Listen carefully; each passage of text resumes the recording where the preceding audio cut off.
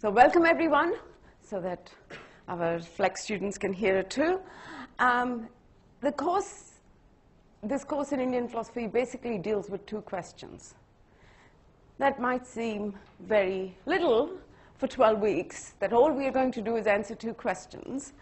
But those questions are looked at from different perspectives. Indian philosophy is not, philosophy of one group of people. There are many different philosophies in India, in ancient India, and what we are going to look at is the philosophy in ancient India, but from different perspectives. So these two questions will be looked at from the perspective of the Hindu philosophers, which is the predominant philosophy in India, from the perspective of Buddhist philosophers, which is also, in fact, now more popular in the rest of the world than it is in India. And I'll get to what the reasons are for that. There are also some other schools of Indian philosophy that we will be looking at. There's the Jaina school and also the Charvaks. Now, the Charvaks are the materialist tradition in India, which is not often talked about at all. And there is very little literature available from the Charvak school, but that's also something we will consider in the course. So we'll be looking at these two questions from the perspective of Hindu philosophers. And again, Hindu philosophers, not all Hindu philosophers have the same view. There are many different schools of Hindu philosophy as well within the Hindu tradition. So I'll be telling you about some of the schools. I'll give you a flavor of, what they do, what they specialize in, why they became different schools, why not, just one Hindu philosophy. So the two questions that we are concerned with, one is a question in ethics. That's the question is, how should one live? Basic philosophical question, how should one live to achieve one's best in life? What's the best way to live? And most cultures are concerned with that question. The other question is, what is the nature of a person? What kinds of beings are we? What kinds of beings are we? In order to answer the first question, what's the best way for us to live? We need to understand what kinds of beings are we so that we can achieve our best within this life. I have to have the qualification within this life because very soon we are going to start talking about many different lives. There's not just one life, there's many different lives according to the Hindus, and we'll discuss what the reasons are for going that way.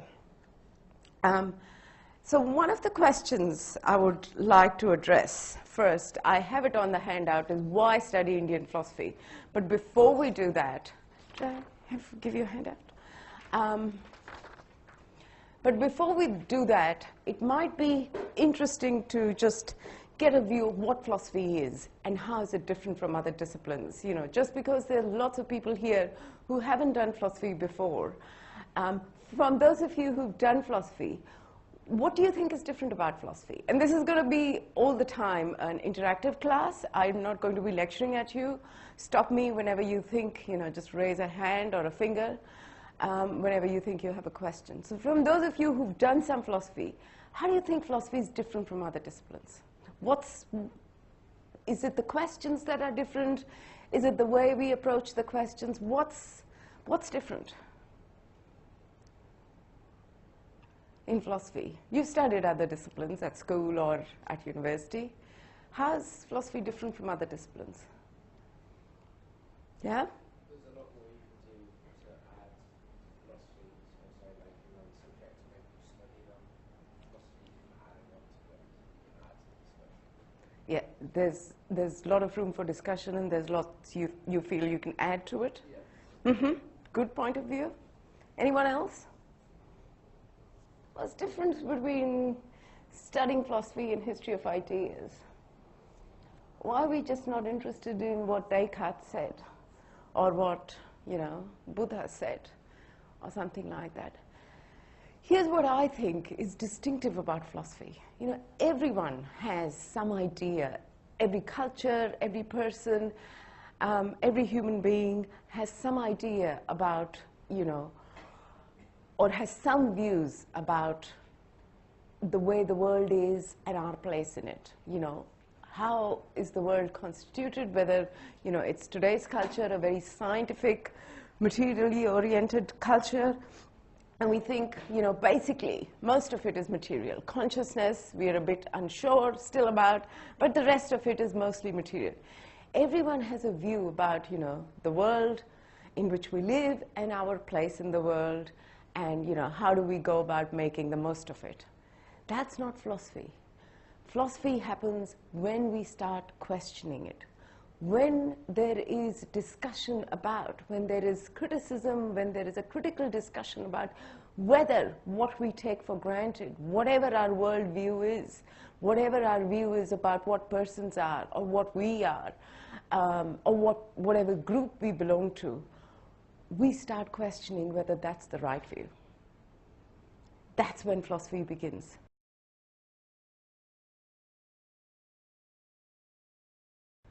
So, when does philosophy begin in India?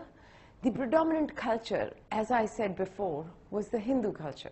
That comes from the Vedas. I'll say a bit more about it shortly. But the most important point is philosophy really, sort of starts happening, if you like, in India when the Buddha comes on the scene. Not because he's a special being at that time, but because he starts questioning the doctrines that the Hindus have believed forever. Once the Buddhists come on the scene, philosophy happens, so to say, in India. Just having a worldview doesn't amount to philosophy. It is critical discussion about the worldview, which doesn't mean necessarily you throw away the view. Philosophy shouldn't just mean, oh, I get rid of every possible opinion. That's not it. But, even if you're going to accept that worldview, you need to have a reasoned argument for that course. That's what philosophy is. For those of you who are new to philosophy, philosophy is, trying to build up a reasoned argument for what you believe. There is lots of scope in philosophy to add your own view. Independent thinking, is what we want to teach you, but it is at the same time structured thinking. You need to start to learn how to defend the view you'd like to defend in a structured manner. And that's what happens in Indian philosophy. When the Buddhists come on the scene, there is questions raised about the Hindu worldview. There is questions raised about the Hindu view of the person or the self. The Hindus believe that the self is eternal. The Buddhists say, no, it isn't.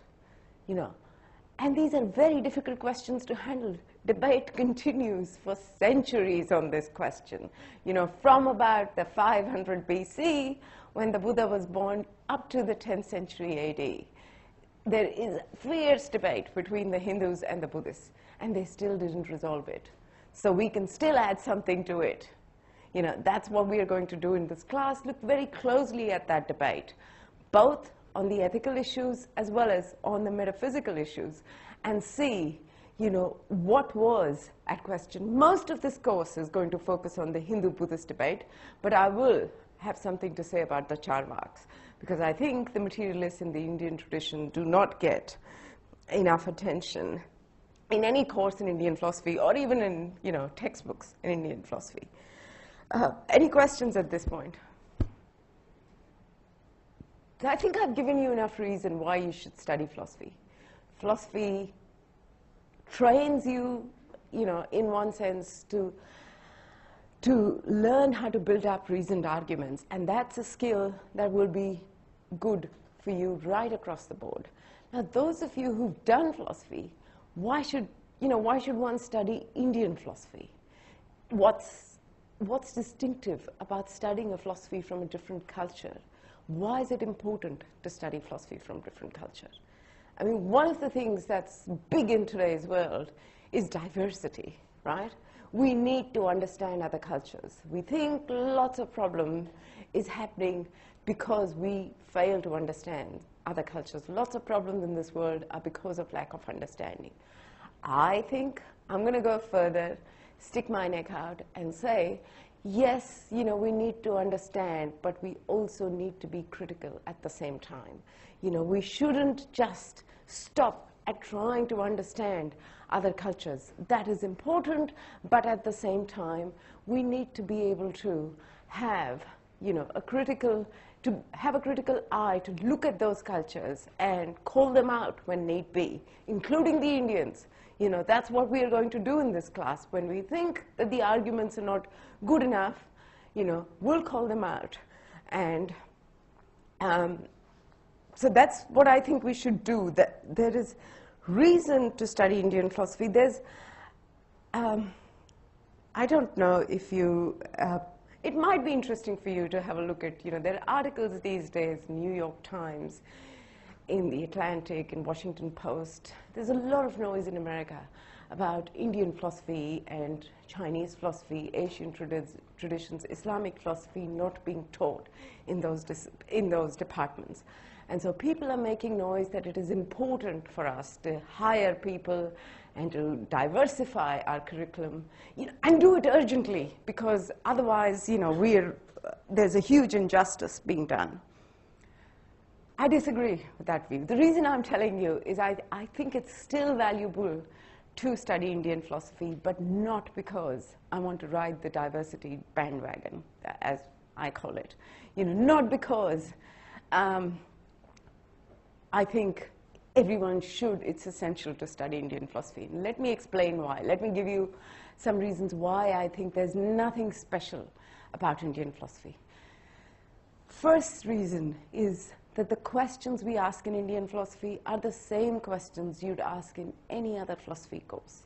Those of you who've done the introductory philosophy course, Time, Self, and Mind, have looked at this question about what we are essentially. What's the nature of persons? And those of you who've done the Descartes course or will do other courses, you'll come across this question in philosophy courses all the time. Those of you who've done ethics will look at, ethics of, look at the question of how should one live. So there's nothing distinctive about the questions that the Indians are addressing. There's nothing distinctive about, not just the questions, even the answers that they give. You will see throughout this course we will be able to draw lots of parallels between Indian and Western philosophy and the answers that they give.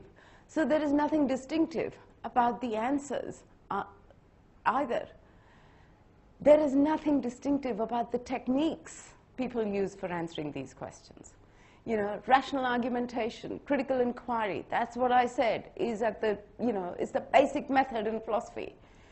And so if the Indians are really doing philosophy, neither the questions, nor their answers, nor their techniques are very different.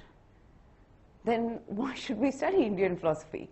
Why not keep studying, the tradition that we do study? After all, you will find that in this course there are some words that are difficult to pronounce, because they're in Sanskrit. And just to give a flavor, there is a bit of Sanskrit in this course. They're difficult to pronounce. Why am I, pushing you to study Indian philosophy and pronounce these difficult words? Why not, let's just do, Western philosophy? I think, and I have put on the handout, I think the best answer is given by Graham Priest, who used to be a professor at the University of Melbourne. Great logician, by the way. He was a logician for a very long time, but now has been doing Buddhist philosophy. And he's become so popular, he's gotten a job at New York University.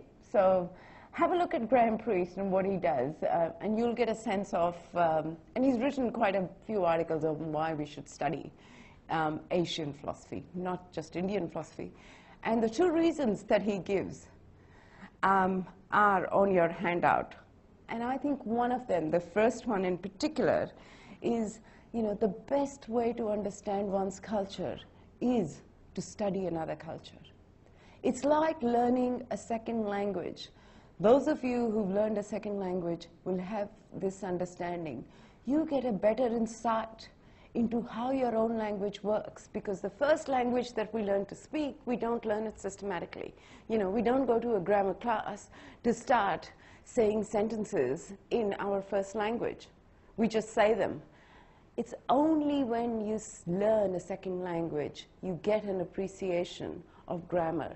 You get an appreciation of sentence structure. Very similar. It's only when we study a different culture, we get a better appreciation of our own culture. That's very important.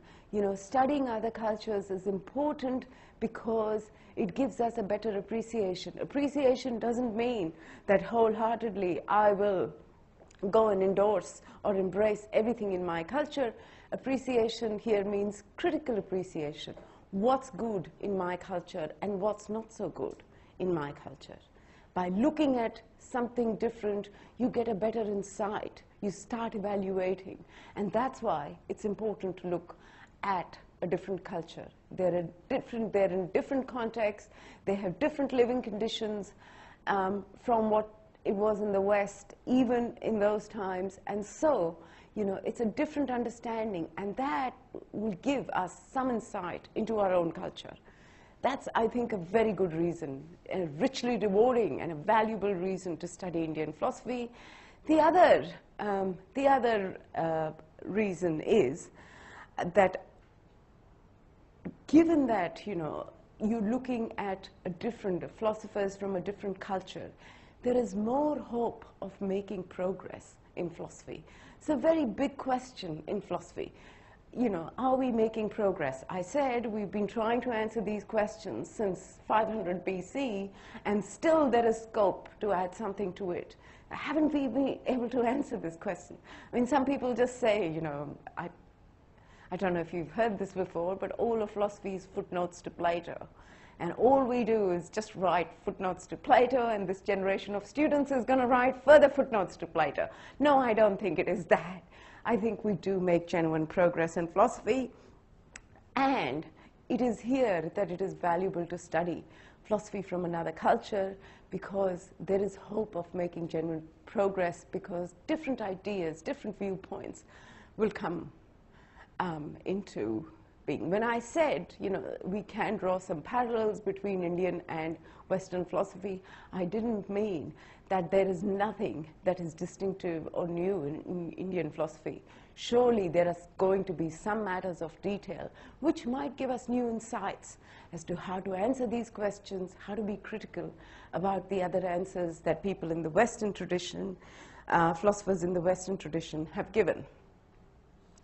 But that said, you know, let me put my cards on the table. I don't think, you know, like some of the people who are writing articles in the popular magazines that I mentioned, I don't think that studying Indian philosophy is essential. Studying Indian philosophy is valuable, but studying Indian philosophy is not essential to a good education in philosophy.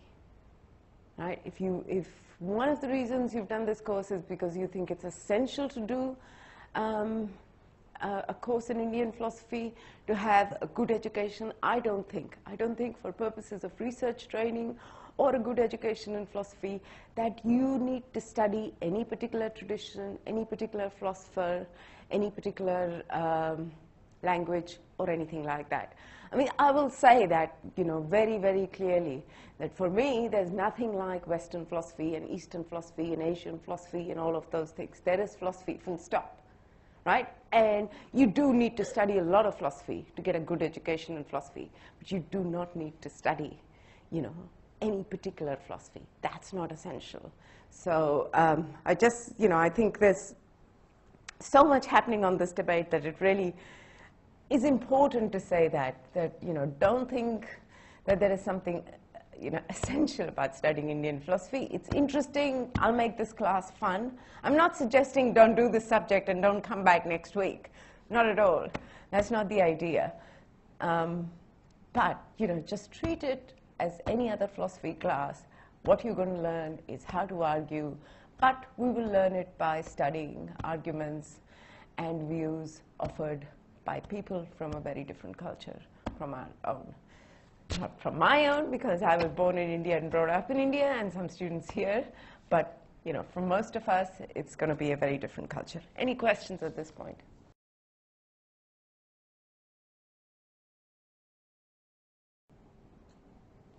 Okay, so perhaps we should move on to the historical background.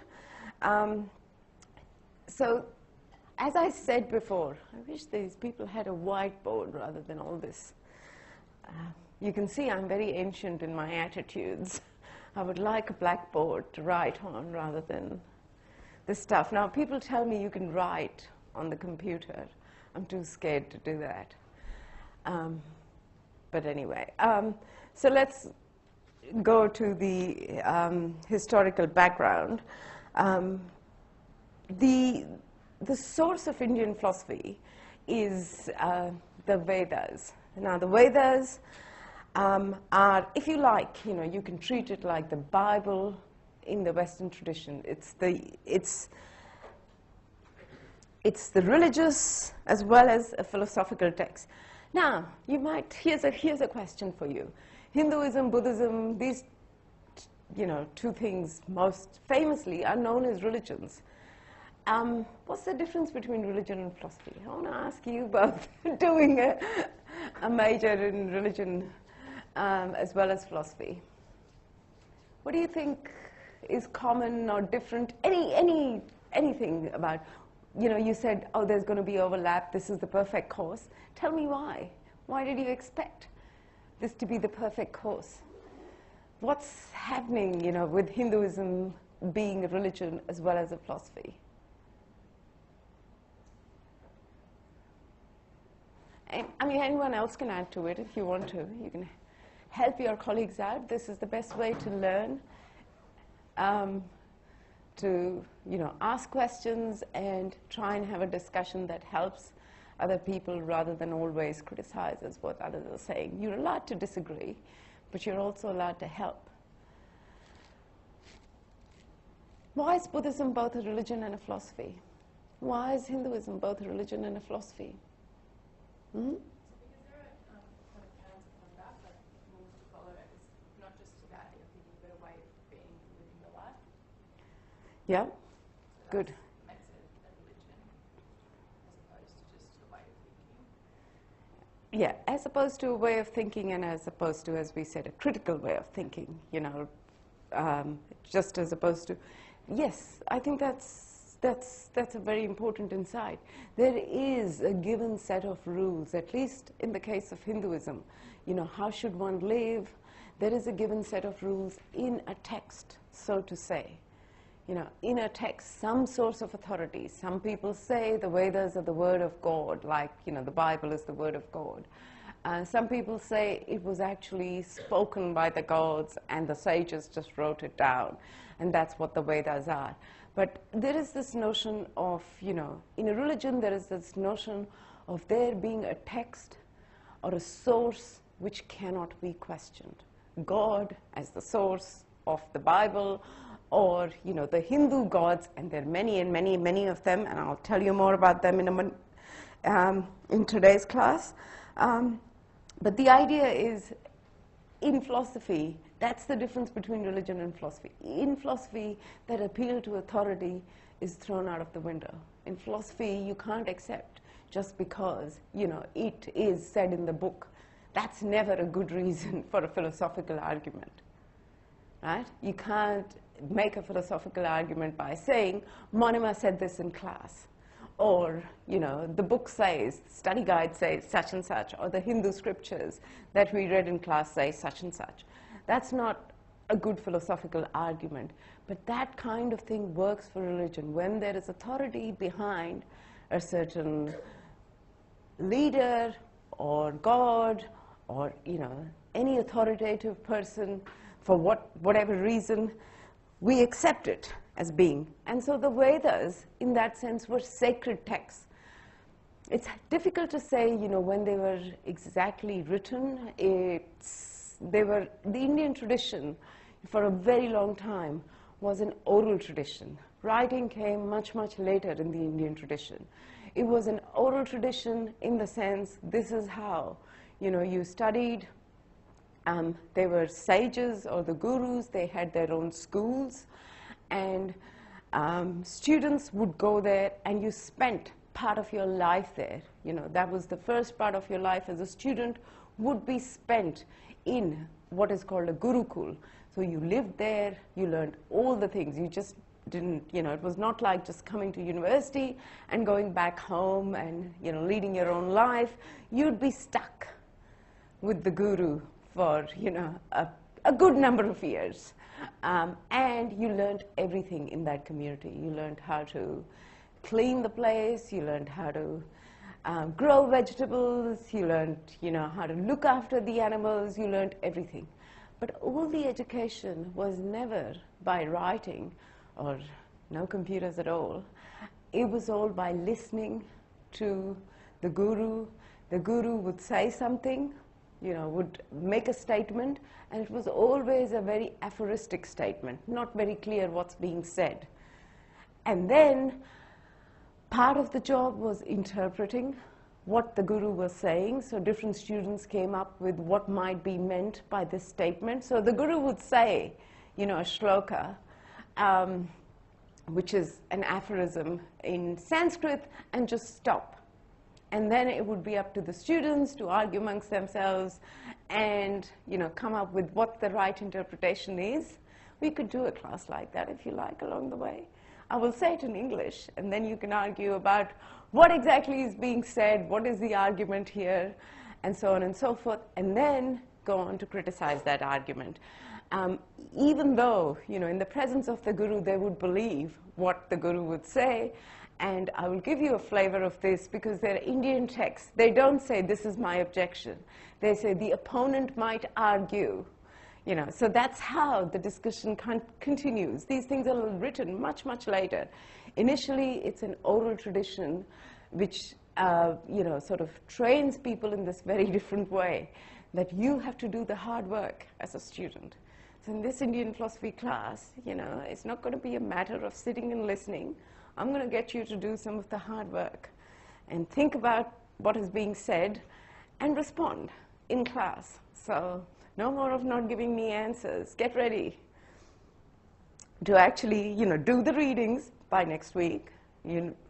Everything is laid out on Moodle and all that. So I would expect you will have done the reading for next week and have things to add in class, because that's how the Indian tradition worked.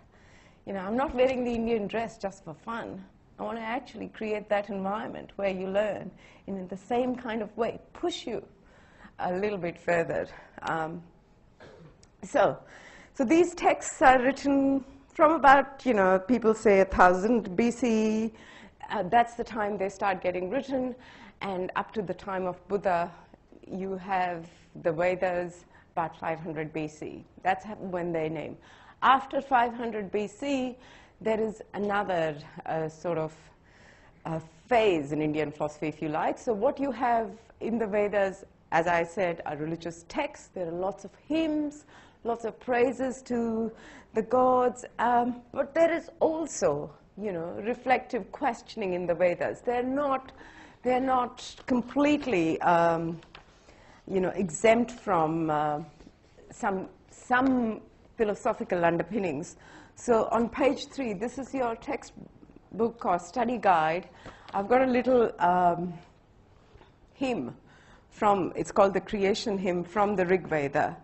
And just to give you a sense of, this, even in the Vedas, even in the basic texts, there was, some philosophical attitude, so to say. So this is talking about creation. There was neither known existence nor existence then. There was neither the realm of space nor the sky which is beyond. What stirred? Where? In whose protection? Was there water bottomlessly deep? I'll read a little more. Desire came upon that one in the beginning. That was the first seed of mind. Poets seeking in their hearts with wisdom found the bond of existence in non-existence. Their cord was extended across. Was there below? Was there above? Very much like the Bible. There was no sky. There was no ground. There was no heaven.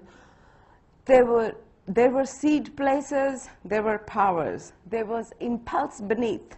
There was giving forth above. Who really knows? Who will here proclaim it? Whence was it produced? Whence is the creation? The gods came afterwards with the creation of this universe. Who then knows whence it has arisen? So you get a lot of questions. They don't have a definite answer to how it all started, how creation began. In the Vedas, you don't get a story about, there was God, and God willed this, and on day one this happened, and on day two that happened, and so on and so forth. What you get is, here's something we need to explain. How did this begin? But in the Indian way of thinking about it, the gods came after the creation of the universe. I will get to that. I will get to the cycle of birth and rebirth and talk about. Yeah. So whence this creation has arisen? Perhaps it formed itself, or perhaps it did not. The one who looks down on it in the highest heaven, only he knows, or perhaps even he does not know. So they're not giving any authority to one God. The Vedas suggest that knowledge is this kind of, thing that can only be sort of had or learned in a community when we study the text, when we worry about these questions. How come all this began? And there are no definite answers. I mean, this is, a very philosophical part of the Vedas. Some places you will see just lists of how one should live, what one should do, what are your duties, depending on what caste you belong to, and so on and so forth. A lot of it is prescriptive, but some of it, at the same time, is not just prescriptive, but also giving you a sense of, questioning. Some things, at least, are left open in the Vedas. The last part of the Vedas, and some of you who've read more broadly would have come across, is called the Upanishads. The Upanishads is where you get most of this philosophical stuff. There's a part which is just the hymns. There is a part which is just prescriptions about how to perform rituals and so on and so forth. But there is also the last part of the Veda, which is called the Upanishads, are the part where a lot of philosophical questions are raised. I have some excerpts from the Upanishads on page 5. That's reading 1.1 from a couple of the famous Upanishads, just to give you a sense of the philosophical stuff that happens. There is discussion about the self. There is discussion about how we are to understand pleasure, what constitutes ignorance, what constitutes knowledge, and so on and so forth. I won't read anything right now, but I'm just pointing you to this. It might be worth having a little read of this. You will see some of this will come in handy, when we look at more detailed text. So after the Vedas and the Upanishads, in the early period, so from about 1000 to 500 BC, after that you get what is called the Sutra period. That's the time where the most important texts of Indian philosophy are written, and that's also the time, in fact, the Buddhists are already on the stage, so not only you get the sutras, which are these aphorisms that the sages say, but also commentary, discussion on behalf of various disciples. So these disciples themselves wrote, extensive commentaries on the sutra period, which goes from about 500 BC to about the 1st century AD. You can say that's the Sutra period, and after that you don't get any new schools forming, but all you get is new commentaries. So that's why the Sutra period is where Hindu philosophers disagree amongst themselves. Why are they disagreeing among themselves? It's because the Buddhists are questioning the doctrines in the Vedas, and different philosophers, different sages have different opinions about how they might be interpreted, how they might be defended. That's where you get a whole variety of different schools in Hindu philosophy. I've got these names on your handout. There are 6 schools of Indian philosophy. 6 schools of Hindu philosophy. The Hindu philosophers are those who are trying to defend the authority of the Vedas. Not taking the Vedas as, a fixed text. They're trying to interpret it. They're trying to sort of come up with philosophical theses. But the Hindu schools try to defend the authority of the Vedas. They're also called the Astika schools, who say, yes, the Vedas are authoritative. And there are 6 of them. This is on the first page, bullet points sort of down the bottom. There's Sankhya, Yoga. You've heard about yoga as a practice. Yoga is also one of the schools. In fact, one of the first texts we'll look at in this course is the Yoga Sutras. Nyaya, Vaisheshika, Mimamsa, and Vedanta. These are the 6 schools of Hindu philosophy. And through this course, you don't need to learn all these names today. Through this course, you will study bits of one or the other, just to give you a flavor of what they're saying. And then the 3 heterodox schools who question everything that was in the Vedas, and they're Buddhism, Jainism, and Charvak. As I said, there's going to be lots of Buddhism in this course, and some Charvaks as well. So it is after this Sutra period, after the formation of the schools, after the, if you like, the work of interpretation is done, you get the commentary period. After the sutras, you get the commentary period, which I think is really the golden age in Indian philosophy, and other people also agree. This is about the 3rd century BC to about the 10th century AD. You get lots of commentaries, lots of rich philosophy. If you go on to study Indian philosophy in more depth in the future, which I hope you will do, you will come across these texts and you will see they're as deep as philosophical and rich as Plato's dialogues or Aristotle's works or any other philosopher for that matter in any other tradition.